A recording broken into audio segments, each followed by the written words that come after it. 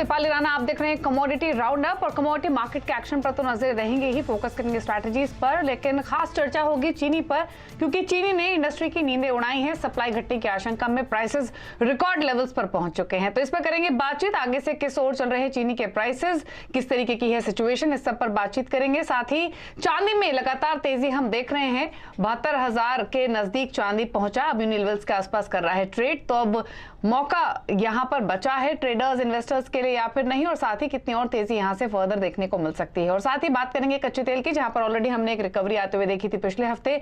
$81 के भाव हम कच्चे तेल में जल्द ही देखेंगे, इस पर भी करेंगे चर्चा। हमारे साथ आज कुंवरजी ग्रुप के director Ravi Deora, Emirates NBD के डायरेक्टर डॉक्टर धर्मेश भाटिया और साथ ही All India sugar trade association के चेयरमैन प्रफुल्ल विटलानी तो मौजूद होंगी ही। साथ ही आम्रपाली गुजरात के सीईओ चिराग ठक्कर भी शो में हमारे साथ मौजूद रहेंगे।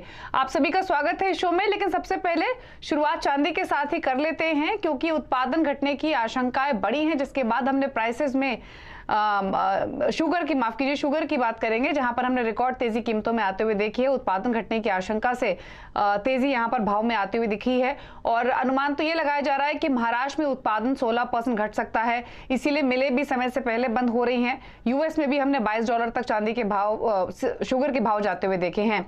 तो ये रिकॉर्ड तेजी के पीछे क्या क्या कारण है, प्राइसेस चीनी के किस ओर जा रहे हैं, इस सब पर बातचीत करते हैं। प्रफुल्ल विटलानी हमारे साथ मौजूद हैं। प्रफुल्ल जी नमस्कार, स्वागत है आपका। पहले तो ये जानना चाहेंगे, सप्लाई घटने की आशंका के अलावा और क्या क्या फैक्टर्स है जिसकी वजह से हमने शुगर में रिकॉर्ड तेजी देखी है? दो डिवीजन है, एक हिंदुस्तान है और एक रेस्ट ऑफ वर्ल्ड है। हमारे पास चीनी काफी है, और हमारे यहाँ जो इंडियन करेंसी में अगर हम प्राइसिंग देखें तो लिफे की प्राइसिंग जो बनती है करीबन 51,000 52,000 पर टन, जबकि इंडिया में चीनी बिक रही है 34,000 से 36,000 के बीच में, यानी 35,000 टन पे। ये है कि हमारे पास ये बार गवर्नमेंट ने जो सिर्फ 60 लाख टन का ही निर्यात का कोटा दिया था, तो we are very much in control. तो ये दाम हिंदुस्तान में बढ़ने नहीं है, पर वर्ल्ड में ऐसा चल रहा है कि ये जो इंडिया में प्रोडक्शन 8 से 9% नीचे गिरा है। ये महाराष्ट्र में 15-16%, वो ठीक है।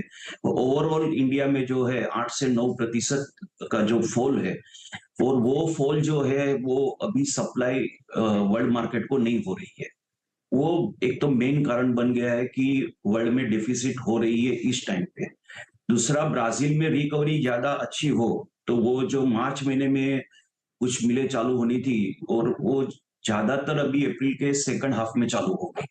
तो फिलहाल एक पीरियड ऐसा चल रहा है कि शुगर की डेफिसिट चल रही है, और ये देखना होगा कि वहां पे इथेनॉल ज्यादा कितना परसेंटेज बन रहा है ब्राजील में, और शुगर कितना बन रहा है। बाकी एशियन कंट्रीज में भी शुगर का प्रोडक्शन फॉल है।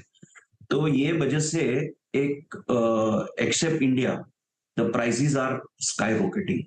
जहां तक इंडिया का सवाल है, हमारे पास ये अच्छा स्टॉक है, और फिलहाल अभी तो कोई दिक्कत नहीं दिख रही।